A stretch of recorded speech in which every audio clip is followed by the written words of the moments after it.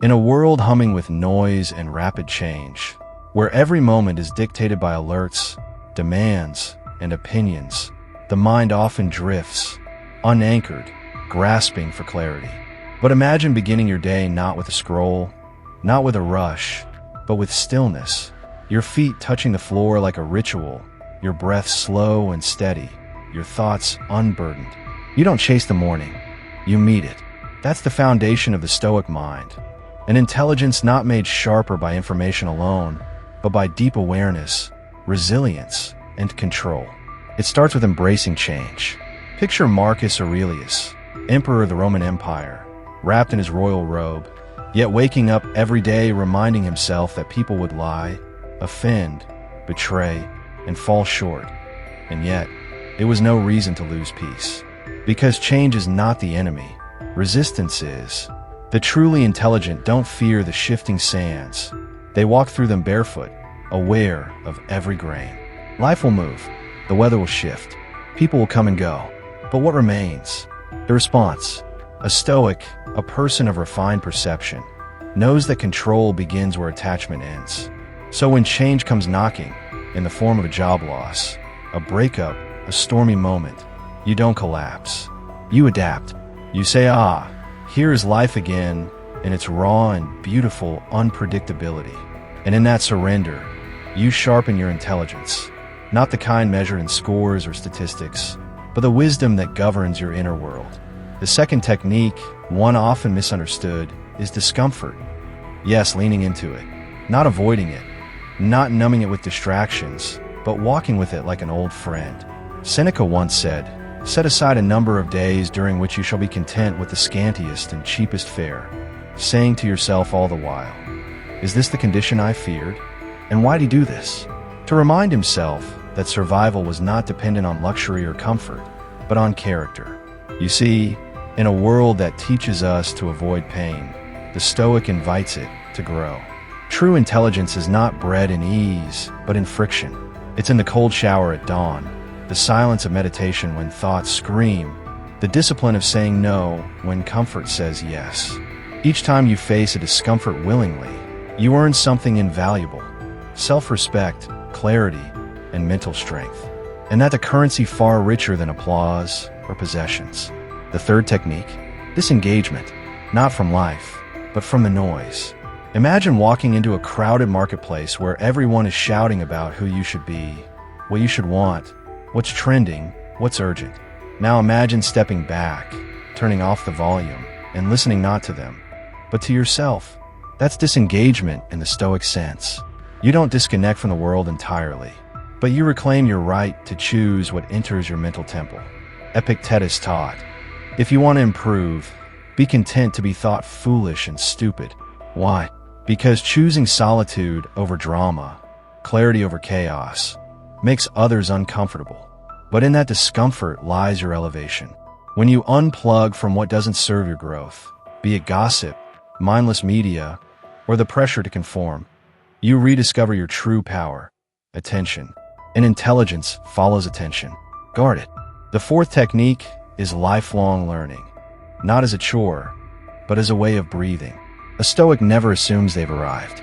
They are curious not to dominate, but to understand. In every moment, life becomes a classroom. A child teaches patience. A mistake teaches humility. A quiet evening with a book opens an entire universe. Marcus Aurelius read philosophy during wars. Seneca wrote essays while battling illness. Because wisdom is not a destination. It's a relationship you nurture daily. When others chase trends, you chase truths. And in that commitment, your mind sharpens like a blade. Not to wound, but to cut through illusion. The fifth, gratitude. Not the kind scribbled hastily in a journal, but the quiet, reverent recognition that life, as it is enough. That breath you just took, a gift. That person beside you, a miracle. The fact that you can think, reflect, and grow, unbelievable. The Stoic doesn't wait for perfection to be thankful. They see the sacred in the ordinary. Even in pain, they say, thank you for this lesson. Because intelligence isn't just mental acuity, it's emotional mastery. Gratitude rewires the brain. It turns complaint into curiosity, entitlement into awe, and in awe there is depth, a depth the shallow mind never knows. The sixth, mindful observation, noticing without reacting, watching your thoughts like clouds passing in the sky. A Stoic wakes each day as both participant and witness. They feel anger, but they watch it arise and ask, is this useful? They experience desire, but before they chase it, they pause and question, does this serve my values? Intelligence grows in the space between impulse and action, and that space is cultivated by observation. In a world reactive by default, the observer is king. In a conversation, they listen not to reply, but to understand. In conflict, they don't escalate, they inquire. This is the art of seeing without judgment, the gateway to wisdom. Now imagine refining your intelligence further by mastering the seventh Stoic technique, active listening. In a world obsessed with being heard, the Stoic strives to hear, not just words, but intent, emotion, silence, and everything between the lines. Picture this. You're in a heated discussion. The natural impulse is to respond, defend, assert. But the Stoic pauses, not out of weakness, but out of strength, because the truly intelligent know that silence is not emptiness. It is a space where truth reveals itself. By listening deeply, you learn more about others, but even more about yourself. You observe your own reactions, your urge to be right, your discomfort with being misunderstood. And when you choose to listen fully, you practice empathy, not the sugar-coated kind, but the kind rooted in understanding without attachment. Epictetus said, "We have 2 ears and 1 mouth so that we can listen twice as much as we speak." There's wisdom in restraint. Every conversation becomes a test of your attention and a mirror for your mind. And in this test, your intelligence is honed, not just cognitively, but emotionally, socially, even spiritually. The 8th technique, one often overlooked, is seeking silence, not as absence, but as presence. Silence is not nothing. It is everything that noise tries to cover. It is where you hear the truth of your own being. The Stoic walks away from noise not to isolate, but to integrate, to sit with the self, to understand the churn of thoughts, the deep ocean beneath the surface. Marcus Aurelius would retreat into himself even amidst battle. In those quiet spaces, he found answers that even armies could not provide. In today's world, silence is rare and therefore sacred. When you seek it, you rebel against distraction. You say no to the dopamine-fueled attention economy, and yes to the steady rhythm of awareness. You think clearer, feel deeper, choose wiser. And in that internal stillness, intelligence blooms like a flower undisturbed by storm. The 9th, embracing diverse interactions, not as chaos, but as opportunity. A Stoic doesn't isolate themselves in a bubble of like-minded people. They engage with all walks of life. The rude neighbor, the arrogant boss, the stranger with different beliefs, they are all teachers. To the Stoic, each person is an exercise in patience, perspective, and peace. Instead of reacting with judgment, the Stoic says, "What can I learn from this?" That's intelligence, not withdrawing from the uncomfortable, but growing through it. Seneca wrote letters to people from all backgrounds, learning from every mind. He understood that true wisdom isn't echo, it's expansion. The more people you observe with compassion, the wider your mental landscape grows. And when your mind becomes a wide-open field, there's room for understanding, strategy, adaptability, hallmarks of a truly evolved intelligence. Finally, the 10th Stoic technique is curiosity over judgment. In a world quick to label and condemn, the Stoic remains curious. When someone offends them, they ask, what pain must they be carrying? When life doesn't go their way, they ask, what is life teaching me through this? This curiosity turns obstacles into opportunities, enemies into mirrors, failures into maps. A Stoic doesn't rush to conclude. They explore, like Socrates, who claimed to know nothing. They stay open, humble, and eager. And this is the core of intelligence. Not arrogance, not opinion, but the willingness to keep learning. When judgment is suspended, clarity arises. You see people not as categories, but as souls in evolution.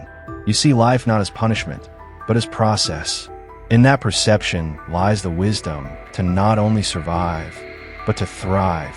And so, in the quiet hours of the night, when the world finally slows down and the noise gives way to stillness, the Stoic stands alone, not in loneliness, but in presence. There's a kind of sacred power in silence, one that Marcus Aurelius often sought in the inner chambers of his mind. He believed that silence was not merely the absence of sound, but the gateway to understanding. The Stoic mind embraces this pause, this beautiful emptiness where distractions dissolve and thoughts grow louder. Louder not in noise, but in clarity. It is in this void where wisdom begins to whisper, not with grandeur or drama, but with calm certainty. Be silent, it says, so you can finally hear yourself. Lucius, a philosopher once forgotten by time, would walk alone in the hills outside his city. He'd leave behind the chaos of the market, the endless opinions of others, and the games of prestige. With nothing but wind and his footsteps for company, he learned that silence isn't something you find, it's something you remember. It's the language the soul spoke before the world taught it to shout. And through this silence, Lucius sharpened his mind like a blade. Because it's only when we step away from the noise that we can finally examine the noise itself. The Stoics taught this not as retreat, but as strategy, an intelligence that doesn't compete, but contemplates.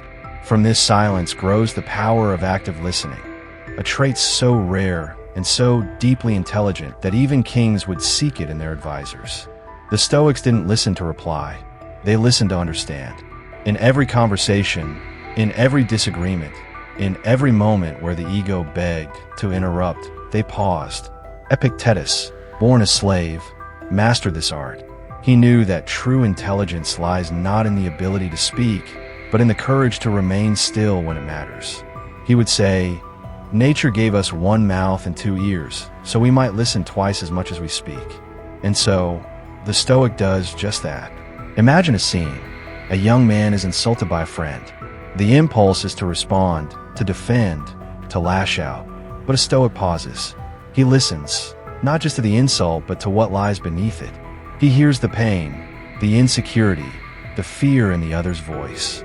And in that moment, intelligence triumphs over impulse. The mind, sharpened by silence, softened by wisdom, chooses compassion over combat. That is strength. That is brilliance. That is Stoicism in motion. But the Stoic mind does not stop there. It wanders, it questions, it dares to be curious. Curiosity over judgment.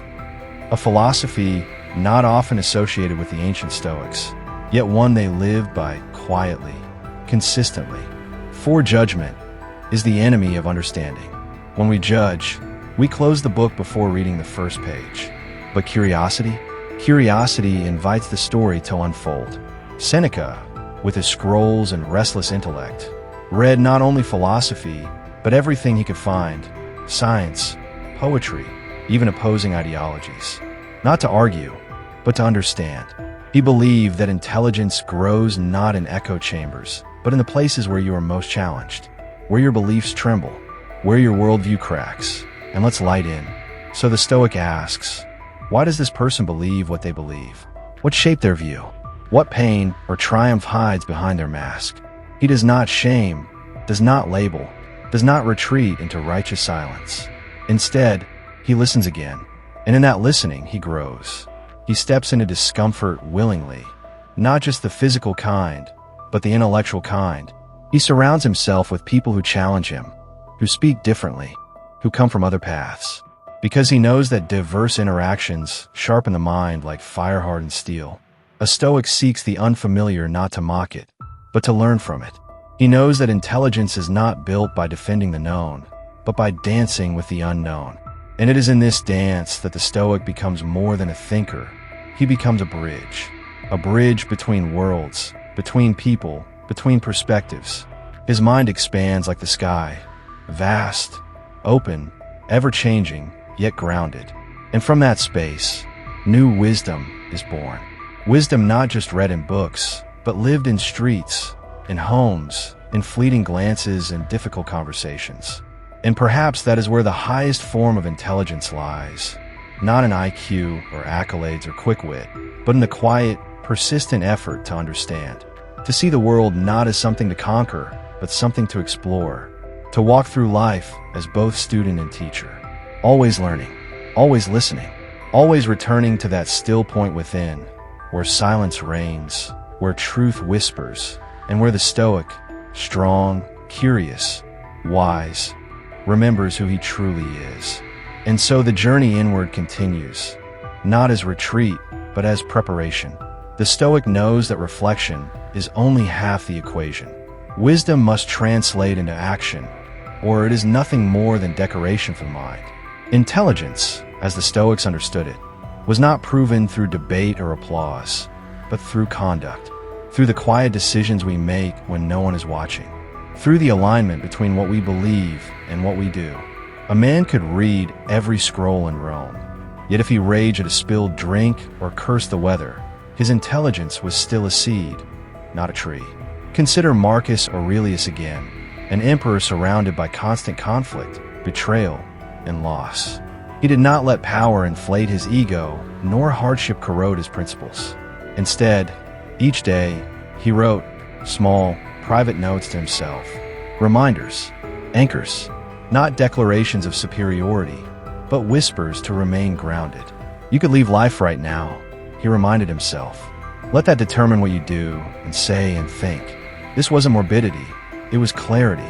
He used the inevitability of death as a focusing lens, a way to sharpen his decisions and cut through the trivial.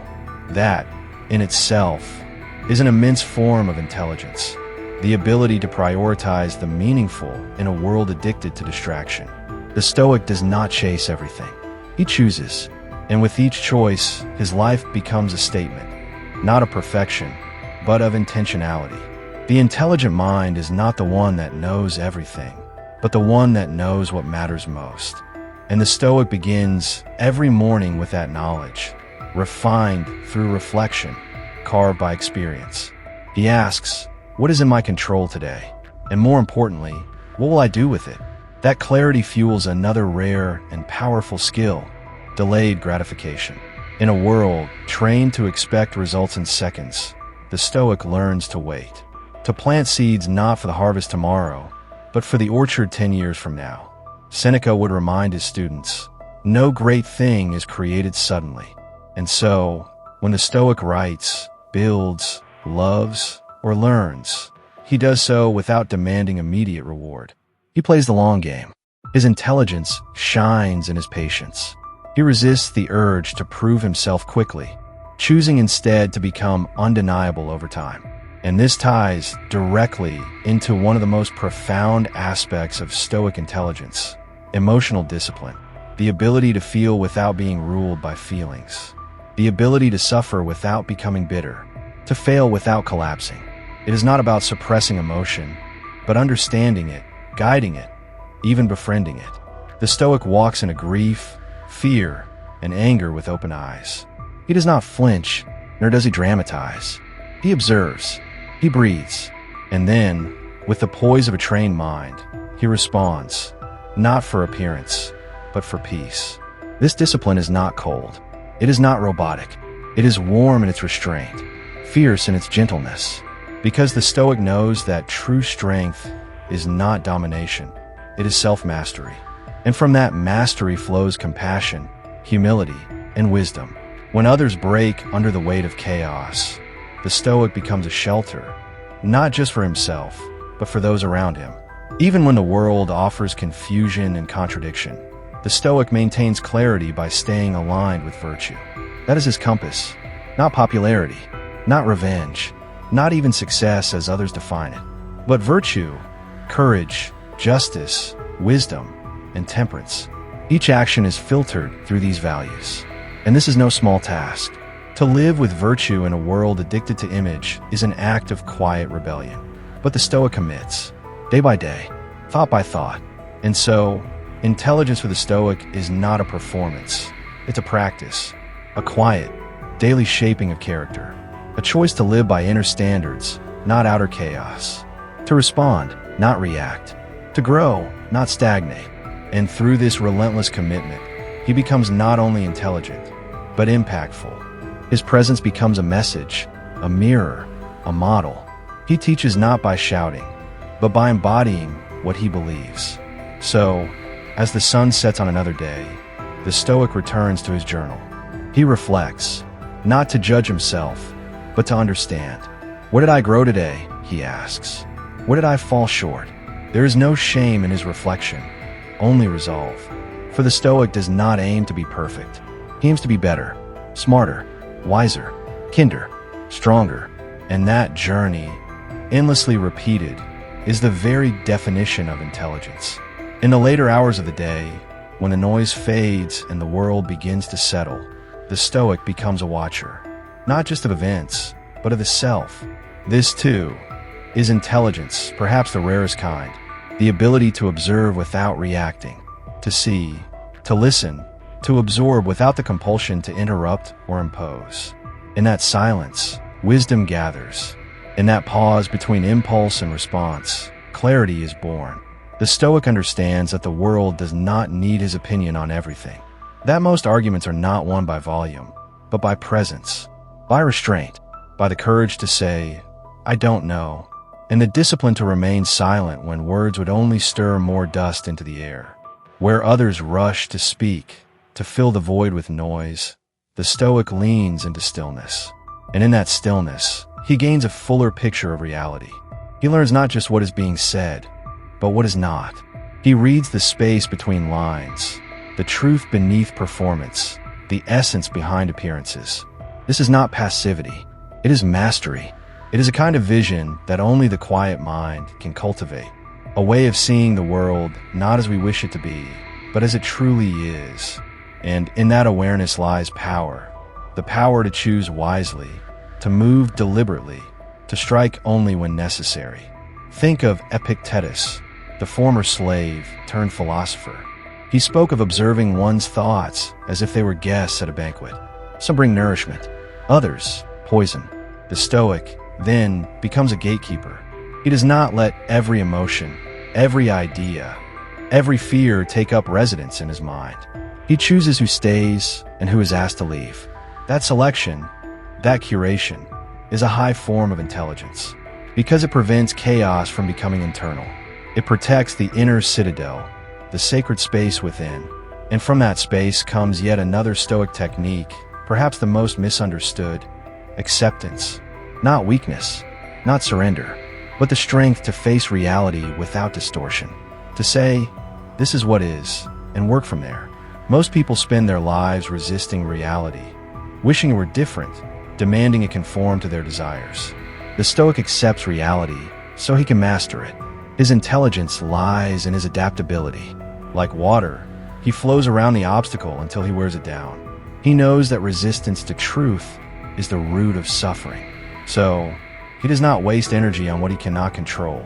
He redirects it to what he can: his actions, his mindset, his responses. There is incredible intelligence in that shift. The Stoic trains his mind to be efficient, like a well-kept sword, sharp, strong, and silent unless drawn for purpose. He saves his energy for battles that matter, words that uplift, thoughts that serve. And so his intelligence radiates, not through grand displays of intellect, but through how he holds space, how he enters a room without tension, how he disagrees without insult, how he carries himself when no one is watching. He does not seek validation. He does not crave applause. His reward is inner peace, the satisfaction of integrity, the quiet knowing that he lived in alignment with truth. Each day he sharpens his tools: attention, patience, clarity, purpose. And with those tools, he builds a life of depth, a life that does not fear pain, but learns from it, that does not run from silence, but finds answers in it, that does not chase recognition, but earns respect through consistency. And this is what separates Stoic intelligence from the rest. It is not just knowledge. It is lived wisdom. It is presence. It is character. It is discipline repeated so often that it becomes second nature. The Stoic does not wait for the perfect moment to act wisely. He makes wisdom the default. As the world spins faster and distraction multiplies by the minute, the Stoic slows down, not to fall behind, but to rise above, to think deeply when others skim, to act meaningfully when others react impulsively, to stay rooted when the storm rages. And from that place of steadiness, he leads, not with force, but with example. Because in the end, true intelligence is not what you know, it's how you live.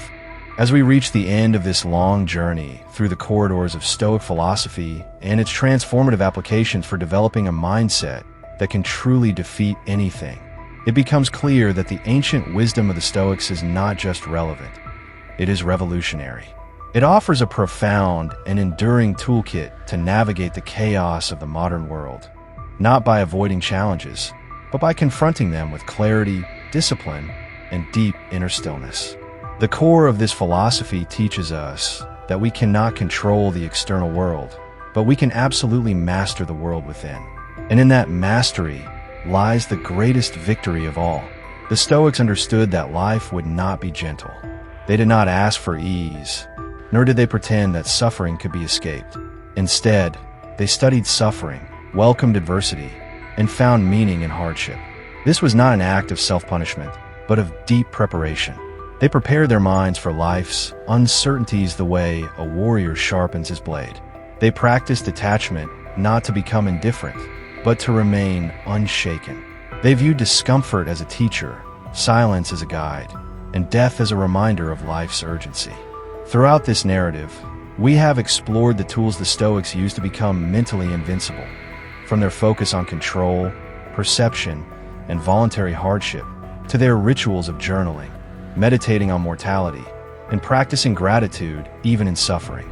We've walked beside Marcus Aurelius as he reflected in his meditations under the weight of empire, and sat with Epictetus as he taught freedom to men even while bound in chains. We learned from Seneca, who lived with death at his doorstep, yet never allowed fear to dictate his choices. The mindset that can defeat anything is not made in moments of peace. It is forged in the fire of discomfort. When you choose to face your fears voluntarily, when you sit with your emotions, examine them without judgment, and take courageous action anyway, you grow stronger, more composed, and vastly more intelligent. The Stoic does not fear emotion, but neither is he ruled by it. He trains himself to feel deeply, but respond wisely. He knows that true strength is calm, that the loudest voice in the room is often the weakest, and that the real battle is not with others, but within. We've also seen how Stoicism encourages presence, to observe each moment with intention, to pause before reacting, to slow down in a world that glorifies speed and distraction. This in itself is radical. In practicing presence, the Stoic cultivates awareness, a superpower in today's noisy world. He does not allow society, media, or ego to dictate the terms of his life. Instead, he rewrites the terms, choosing simplicity over excess, purpose over popularity, and character over comfort. In a world obsessed with consumption, he becomes a master of restraint, and that self-control becomes the root of freedom. But perhaps the most valuable lesson of Stoicism is its insistence that life is short. Memento mori. Remember you must die. This reminder is not meant to create despair, but urgency. The Stoic lives each day with full presence because he knows each day could be his last. He does not postpone love, or delay service, or ignore the calling of his soul. He acts with intention, speaks with meaning, and builds his legacy moment by moment. In doing so, he frees himself from regret, for he knows that the time to live is not someday, it is now. If you've journeyed with this narrative all the way through, you are likely already someone committed to personal evolution.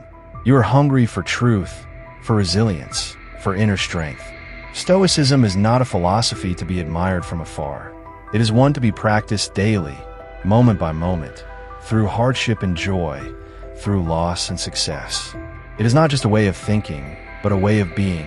It invites you to transform every obstacle into opportunity, every wound into wisdom, and every moment into a chance for growth. So now, the question becomes, what will you do with this wisdom? Will you return to the noise, the distractions, the emotional chaos that once defined your days? Or will you take what you've learned and begin the quiet, powerful work of living it? It doesn't require a grand gesture. It starts small, with a moment of patience in anger, a deep breath before judgment, a commitment to journaling your thoughts instead of reacting blindly. Over time, these small acts compound. They become habits. Habits become character, and character shapes destiny. The Stoics believed that virtue was the highest good, not pleasure, not success, not fame. Virtue, to live with courage, wisdom, justice, and self-discipline. These are not just lofty ideals. They are practical tools. When you choose virtue, you create a solid foundation. No storm can shake you. No criticism can break you. No loss can destroy you. Because your roots run deep. You are anchored. You are sovereign. You are free. And so, as this journey concludes, remember, the world does not need more noise. It needs more stillness. It needs more people like you, rooted, wise, unshaken.